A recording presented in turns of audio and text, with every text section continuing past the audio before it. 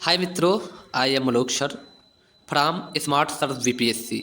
आज मैं class 10th का जियोग्राफी चैप्टर नंबर 2 वन एवं जीव संसाधन अर्थात चैप्टर का क्या नाम है, वन एवं वन्य जीव संसाधन। जितने भी क्वेश्चन कोई भी कंपटीशन में या क्लास 10th में जितना भी क्वेश्चन बन सकता सारे क्वेश्चन पर मैं डिस्कस करूंगा और इस चैप्टर को बहुत ही विधिवत मैं पढ़ाने का प्रयास करूंगा। कोई भी पॉइंट छोड़ूंगा नहीं। यदि एनसीईआरटी से कहीं पर भी कोई क्वेश्चन बन रहा है तो वो सारा क्वेश्चन इसमें हो जाएगा। इसको पढ़ने से पहले आप लोगों को कहानी के नुमा इसको पढ़ने का प्रयास करना है। बहुत ज़्यादा माइंड पर बिल्कुल भी फोकस नहीं डालना है। इसको कहानी जैसा सुनने का प्रयास करें और देखेंगे आखिर में आपको सारा चीज़ समझ में आ जाएगा। ध्यान दीजिए, मैं चैप्टर का स्टार्ट कर रहा हूँ। ध्यान दीजिए, चैप्टर का नाम क्या है मित्रों? चैप्टर का नाम है वन एवं वन्यजीव संसाधन। ध्यान दीजिए, कुछ इसमें लोक संगीत से स्टार्ट होता है। नारक, ध्यान दीजिए, नारक मेरी ईसर लेपचाओं की दुनिया में आप संगीत के जनक हैं। यानी किसके जनक हैं? संगीत के जनक हैं। नारक को बताया जा रहा है मित्रों। ओहो नारक, मेरे ईश्वर मुझे स्वयं को आपको समर्पित करने दे। मुझे आप अपना संगीत झरना, नदियों, पर्वतों, वनों, कीटों और जानवरों से ग्रहण करने दे। मुझे आप अपना संगीत मधुर समीर से ग्रहण कर दे और इसे आपको ही समर्पित कर दे। ये लोक संगीत का स्टेटमेंट है। ये कहाँ से लिया गया है? ये स्टेटमेंट पूरा ये लेप्चा लोक संगीत का है। ये स्टेटमेंट पूरा। मित्रों, क्वेश्चन कैसे बनाया जाएगा इससे पहले चीज़ ये समझे। पहली चीज़ ये जाने, लेप्चा लोक संगीत कहाँ का है? तो लेप्चा लोक संगीत पश्चिम बंगाल का है। पहली बात क्वेश्चन पूछा जाएगा, लेप्चा लोक संगीत कहाँ का है मित्रों? पश्चिम बंगाल के उत्तरी भाग में ये बोला जाता है। किस भाग में? उत्तरी भाग में। ध्यान दीजिए, एक क्वेश्चन आपका यहाँ से पूछा जाएगा, वो तैयार हो गया। बहुत ही इंपॉर्टेंट है ये। लेप्चा कहाँ का लोक संगीत है? तो पश्चिम बंगाल का है। ध्यान दीजिए, आगे वाला मैं पढ़ा रहा हूँ। ध्यान दीजिए, इस ग्रह पर हम सूक्ष्म जीवाणु और बैक्टीरिया, जोंक से लेकर वट वृक्ष, यानी सूक्ष्म जीवाणु से लेकर और वट वृक्ष, हाथी और ब्लू होल तक करोड़ों जीवों दूसरे जीवधारियों के साथ रहते हैं। यह पूरा आवासीय स्थल जिस पर हम रहते हैं अत्यधिक जैव विविधताओं से भरा हुआ है और दूसरे जीवधारी एक जटिल पारिस्थितिक तंत्र का निर्माण करते हैं जिसका हम मात्र एक हिस्सा है और आप अपने अस्तित्व के लिए इसके विभिन्न तत्वों पर निर्भर करते हैं। उदाहरण के लिए वायु जिसमें हम सांस लेते हैं, हाँ बिल्कुल, वायु में हम लोग सांस लेते हैं। जल जिसे हम पीते हैं और मृदा जो अनाज पैदा करती है। मृदा क्या करती है मित्रों? अनाज पैदा करती है, जिसके बिना हम जीवित नहीं रह सकते हैं। पौधों, पशु और सूक्ष्म जीव इनका पुनः सृजन करने और वन पारिस्थितिक तंत्र का महत्वपूर्ण भूमिका निभाते हैं क्योंकि यह प्राथमिक उत्पादक है। ये सारे कैसे उत्पादक हैं मित्रों? प्राथमिक उत्पादक हैं, जिन पर दूसरे सभी जीव निर्भर करते हैं। दूसरे जीव क्या करते हैं मित्रों? निर्भर करते हैं। अब ध्यान दीजिए, कुछ चीज़ ये है, यहाँ पर आप लोगों को ध्यान देने का वो है। ध्यान दीजिए, थोड़ा बड़ा कर दें जिससे हमको लिखने में भी दिक्कत ना हो और आप लोगों को समझाने में कोई प्रॉब्लम ना क्रिएट हो। वन जीवन और कृषि फसल उपजातियों में अत्यधिक जैव विविधता पाई जाती है। यह आकार और कार्य में विभिन्न है परंतु अंतर्निर्भरताओं के जटिल जाल द्वारा तंत्र गुथी हुई है। अब देखिए बेटा ध्यान दीजिए आप लोग, भारत में वनस्पति जात और प्राणी जात, इसके बारे में हम अध्ययन करेंगे। किसके बारे में? भारत में वनस्पति जात एवं प्राणी जात। भारत में वनस्पति और प्राणी जात, यदि आप आसपास नजर दौड़ाते हैं तो आप पाएंगे कुछ ऐसे प्राणी हैं और पौधे हैं जो आपके क्षेत्र में ही पाए जाते हैं। वास्तव में भारत जैव विविधता के संदर्भ में विश्व का सबसे समृद्ध देशों में से एक है। बिल्कुल, यहाँ विश्व की सारी जैव उपजातियों का 8%, ध्यान दीजिए ये पॉइंट इंपॉर्टेंट है, 8% पाई जाती है और ये सभी खोजी जाने वाली उपजातियों से 2 या 3 गुना है। पहले ही भारत में पाए जाने वाले वनों और वन्य जीव संसाधन के क्षेत्रफल और किस्मों के बारे में पढ़ चुके हैं। आप लोगों ने क्लास 9th में पढ़ा होगा भारत में कितने प्रकार की वनस्पतियाँ पाई जाती हैं? 47,000 और 90,000 की जीव जंतु पाई जाते हैं। 90,000 जीव जंतु क्लास 9th में आप लोगों ने पढ़ा था। पढ़ चुके हैं। आपने सोचा है कि इन संसाधनों का आप दैनिक जीवन में क्या महत्व है। ये विविध वनस्पति और प्राणिजात हमारे हर रोज के जीवन में इतने हुए हैं कि हम इनकी कद्र नहीं करते हैं, परंतु पर्यावरण के प्रति हमारी असंवेदना के कारण पिछले कुछ समय से इन संसाधनों में भारी दबाव बढ़ रहा है। भारी क्या बढ़ रहा है? दबाव बढ़ रहा है। अब कुछ क्रियाकलाप है, उसको आप लोग अपने घर पर कर लेना। अपने क्षेत्र में मानव और प्रकृति के समन्वय संबंध पर प्रचलित कहानियों के बारे में पता लगाएं, तो पता लगा लेना आप लोग। आगे देखिए मित्रों, भारत में वन और वन्यजीव संरक्षण, ये भारत से रिलेटेड है। देखिए मित्रों, भारत में वन्यजीव और वन्यजीव संरक्षण के बारे में बता रहा हूँ। देखो, वन्यजीव जीवन वनों में तेजी गति से हो रहे हैं। ह्रास के कारण इनका संरक्षण बहुत आवश्यक हो गया है। हमें वनों और वन्य जीवन का संरक्षण करना आवश्यक क्यों है?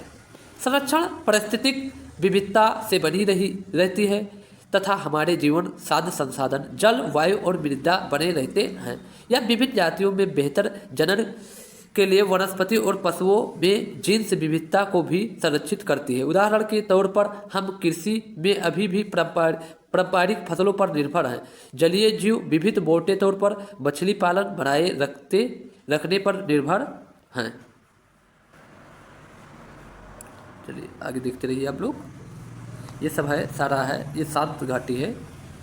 क्या है मित्रों? ये शांत घाटी का कुछ पिक्चर है। यहाँ पर देखिए, शांत घाटी में मुखली नर्सरी में आदिवासी युवतियों बांस की पौधे लगाते हैं। अब ये है शांत घाटी कहाँ पर पाया जाता है, आप लोग कमेंट करना मित्रों, ठीक है। छोटे छोटे जंगलों में उत्पादों बेचती आदिवासी महिलाएं, सूखी पत्तियों को एकत्रित करती आदिवासी महिलाएं, ये सब चित्र है, देख लीजिए आप लोग। अब यहाँ से ध्यान दीजिए, जो इम्पोर्टेंट क्वेश्चन है कहाँ से निकलेगा, ये चीज़ आप लोग ध्यान देना है। 1960-1970 के दशकों के दौरान पर्यावरण संरक्षक राष्ट्रीय वन्यजीव संरक्षण कार्यक्रम के पुरजोर मांग की। भारतीय वन्यजीव रक्षण अधिनियम 1972 में आया। भारतीय वन्यजीव रक्षण अधिनियम कब आया? 1972 में लागू किया गया और वन्यजीव आवास रक्षण के लिए प्रावधान थी। पहली बात इंपॉर्टेंट है, 1972। तो भारतीय वन्यजीव संरक्षण अधिनियम 1972 में लागू किया गया, जिसमें वन्य जीवों के आवास के रक्षण के अनेक प्रावधान थे। सारे भारत में रक्षित जातियों की सूची भी प्रकाशित की गई। इस कार्यक्रम के तहत बची हुई संकटग्रस्त जातियों के बचाव पर शिकार प्रतिबंधन, यानी शिकार के लिए क्या कर दिया गया? प्रतिबंधन। वन्य जीव आवास को कानूनी रक्षण तथा जंगली जीवों के व्यापार पर रोक लगाने आदि पर जोर दिया गया। तत्पश्चात केंद्रीय सरकार व कई राज्य सरकारों ने राष्ट्रीय उद्यान यानी नेशनल पार्क, वन्यजीव पशु विहार यानी सेंचुरी स्थापित किए, जिनके बारे में आप पहले पढ़ चुके हैं। केंद्रीय सरकार ने कई परियोजना को भी घोषणा की, जिनका उद्देश्य गंभीर खतरे में पड़े कुछ विशेष वन्य प्राणियों को रक्षण प्रदान करना था। इन प्राणियों में ध्यान दीजिए, इन प्राणियों में को रक्षण प्रदान करना था। इन प्राणियों में बाघ, पहली बात ये इंपॉर्टेंट है, इन प्राणियों में बाघ, एक सींग वाला गैंडा, कश्मीरी हिरन अथवा हुंगल। कश्मीरी हिरन को क्या बोलते हैं? हुंगल। देखो मित्रों, 3 प्रकार के मगरमच्छ, जैसे स्वच्छ जल मगरमच्छ, लवणीय जल मगरमच्छ और घड़ियाल, एशियाई शेर, अन्य प्राणी शामिल हैं।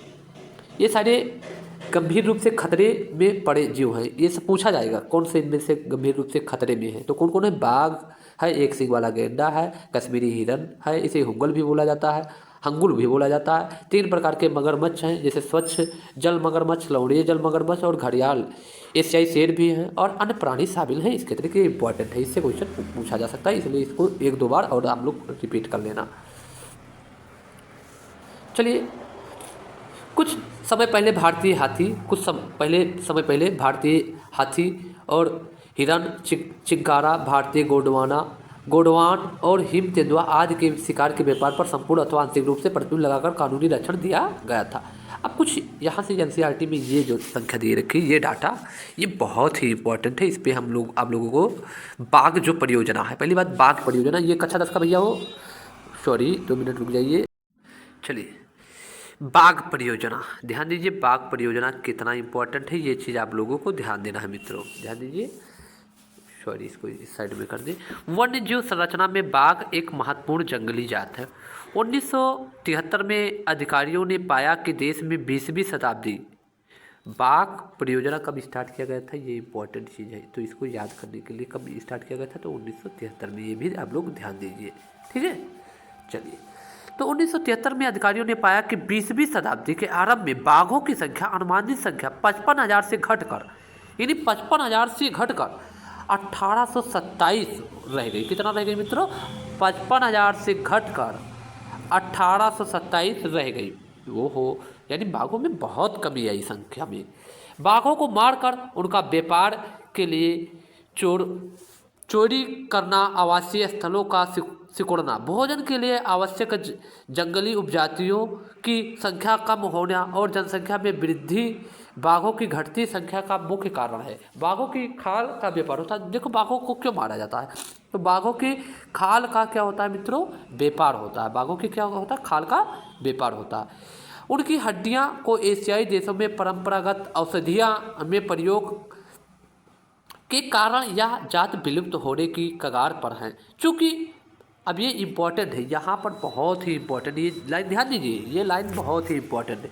चूँकि भारत और नेपाल दुनिया की 2/3 बाघों को आवास उपलब्ध करवाते हैं। ये क्वेश्चन पूछा गया है मित्रों कंपटीशन में कि भारत और नेपाल दुनिया के 2/3 भागों का आवास उपलब्ध कराते हैं। भारत कौन कौन सा देश है जो बाघ को 2/3 हिस्सा आवास उपलब्ध कराता है? तो नेपाल और भारत मिलकर। अतः यह देश शिकार, चोरी और गैर कानूनी व्यापार करने वाले के मुख्य निशाने पर है। प्रोजेक्ट टाइगर विश्व की बेहतरीन वन्यजीव परियोजनाओं में से एक है और इसकी शुरुआत 1973 में। प्रोजेक्ट टाइगर की शुरुआत कब हुई मित्रों? 1973। एक अच्छा दशका जान जो छपा हुआ है, इससे क्वेश्चन पूछा ही जाएगा। कैसे पूछा जाएगा?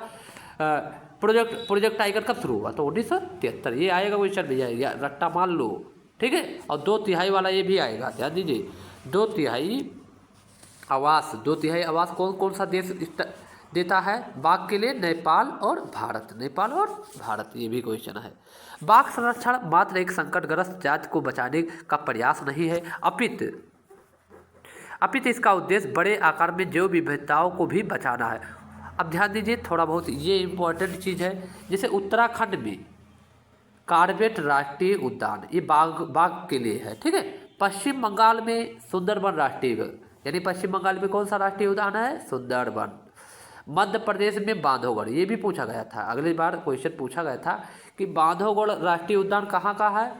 अभी पूछा जाएगा बांधवगढ़ राष्ट्रीय उद्यान कहाँ का है? तो ये मध्य प्रदेश का है। राजस्थान में सरिस्का वन्यजीव पशु बिहार, ठीक है।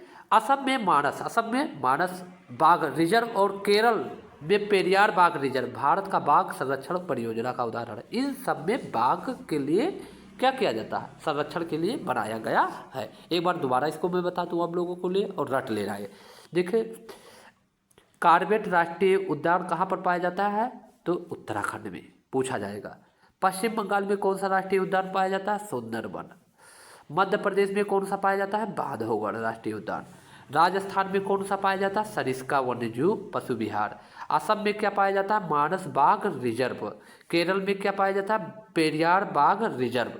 भारत, ये सारी चीज़ें हैं जो हैं भारत में बाघ संरक्षण परियोजनाओं के उदाहरण हैं। तो इससे क्वेश्चन बनेगा, तो आप लोग इसको क्या कर रहे हैं? तैयार कर लें।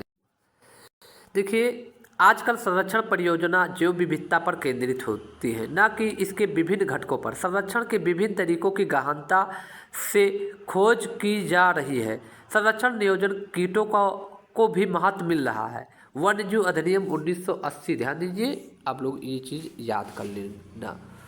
वन्यजीव अधिनियम 1980 और 86 के तहत सैकड़ों तितलियां, पतंगों और भृंगों का एक ड्रैगन फ्लाई को भी संरक्षित जातियों में शामिल किया गया। 1991 में पौधों को 6 जातियां पहली बार सूची में रखा गया। कितनी जातियों को पहली बार सूची में रखा गया? 6 जातियों का, ध्यान दीजिए। और ये क्या है? क्रियाकलाप भारत में वन्यजीव पशु विहार और राष्ट्रीय उद्यान के बारे में जानकारी प्राप्त करें और उनका स्थिति मानचित्र पर अंकित करें। तो इसको मैं करा दूंगा दूसरे वीडियो में, सारा चीज़ इसका सोल्यूशन मैं करा दूंगा, तो आप लोग डोंट वरी इसके लिए। आगे देखिए मित्रों, वन और वन्यजीव संसाधन के प्रकार और वितरण, ये हेडिंग है, इसको आप लोग ध्यान दीजिए। यदि हम वन और वन्यजीव संसाधन को संरक्षित करना चाहते हैं तो उनका प्रबंधन, नियंत्रण और विनियमन अपेक्षाकृत कठिन है। भारत में अधिकतर वन और वन्यजीव या प्रत्यक्ष रूप में सरकार के अधिकार क्षेत्र में है। ध्यान दीजिए, ये किसके अधिकार क्षेत्र में है? सरकार के अधिकार क्षेत्र में है। भारत में अधिकार वन और वन्यजीव प्रत्यक्ष या रूप से सरकार के अधिकार क्षेत्र में है। वन्यजीव के किसके अधिकार क्षेत्र में है? सरकार के। वन विभाग अथवा वन्य विभाग के जरिए सरकार प्रबंधन है निम्नलिखित वर्गों में बांटा गया है। अब ये 3 वर्ग हैं तो इससे क्वेश्चन बहुत ज़्यादा पूछे जाते हैं, तो ध्यान दीजिए। एक है आरक्षित। देखिए, आरक्षित वन, आरक्षित वन ऐसे वन होते हैं देश में आधे से अधिक वन क्षेत्र आरक्षित वन घोषित किए गए। आधे से अधिक। जहाँ तक वन और वन्य प्राणियों के संरक्षण की बात है तो आरक्षित वनों का सर्वाधिक मूल्यवान माना जाता है। अभी पूछा जाएगा किस वन को सबसे ज़्यादा मूल्यवान माना जाता है, तो आरक्षित वन को। अब चलिए रक्षित वन के बारे में देखिए, इससे भी क्वेश्चन पूछे गए हैं, तो ध्यान दीजिए। रक्षित वन कैसे हैं? वन विभाग के अनुसार देश के कुल क्षेत्र का 1/3, ये पूछा जाएगा, 1/3 वन हिस्सा जो है वो रक्षित वनों में है और अधिक नष्ट होने से बचाने के लिए इनकी सुरक्षा की जाती है। इससे क्वेश्चन बनाए जा सकते हैं, ध्यान दीजिए आप लोग। अवर्गीकृत वन, अवर्गीकृत वन कौन से वन है? देखिए, अन्य वन सभी प्रकार के वन और बंजर भूमि जो सरकार और व्यक्तियों और समुदाय के स्वामित्व में होते हैं अवर्गीकृत वन कहते हैं। आरक्षित और रक्षित वन ऐसे अस्थायी वन क्षेत्र हैं जिसका रख रखाव इमारती लकड़ी, ध्यान दीजिए, इसे क्वेश्चन पूछा जाएगा, अन्य वन पदार्थों और उनके जीवन के लिए किया जाता है। मध्य प्रदेश में अस्थायी वनों के अंतर्गत सर्वाधिक, ध्यान दीजिए, ये पूछा गया है क्वेश्चन कि कौन सा ऐसा राज्य है जहाँ पर हैं, ये लाइन इंपॉर्टेंट है, इसको दोबारा मैं पढ़ा रहा हूँ, ध्यान दीजिए। मध्य प्रदेश के अस्थायी वनों के अंतर्गत सर्वाधिक क्षेत्र है जो कि प्रदेश के कुल वन क्षेत्रों का 75% है। ये मध्य प्रदेश का बात है। इसके अतिरिक्त जम्मू कश्मीर, आंध्र प्रदेश, उत्तराखंड, केरल, तमिलनाडु, पश्चिम बंगाल और महाराष्ट्र में भी कुल वनों का एक बड़ा अनुपात आरक्षित वनों का है, जबकि बिहार, हरियाणा, हिमाचल प्रदेश, उड़ीसा और राजस्थान में कुल वनों रक्षित वनों का एक बड़ा अनुपात है। ये पूछा जाएगा रक्षित वनों का सबसे बड़ा अनुपात कहाँ पर है, तो ध्यान दीजिए, वो राज्य है बिहार अपना, हरियाणा है, पंजाब है, हिमाचल प्रदेश है, उड़ीसा है और राजस्थान में कुल वनों के रक्षित वनों का एक बड़ा अनुपात है। पूर्वोत्तर के सभी राज्यों में आमतौर गुजरात में क्या है, ये सारे न्यूज हैं घड़ियाल के बारे में। अधिकतर वनों का क्षेत्र आवर्गीकृत है। स्थानीय समुदाय के प्रबंधन, समुदाय और वन संरक्षण, ये वाला हम आप लोगों को बता रहे हैं घबराने के लिए। हिमालय के प्रसिद्ध, देखिए, हिमालय में प्रसिद्ध चिपको आंदोलन कई क्षेत्रों में वन कटाई रोकने में भी कामयाब नहीं रहा, अपितु यह भी दिखाया है कि स्थानीय पौधों की जातियों का प्रयोग करके सामुदायिक वनीकरण अभियान को सफल बनाया जा सकता है।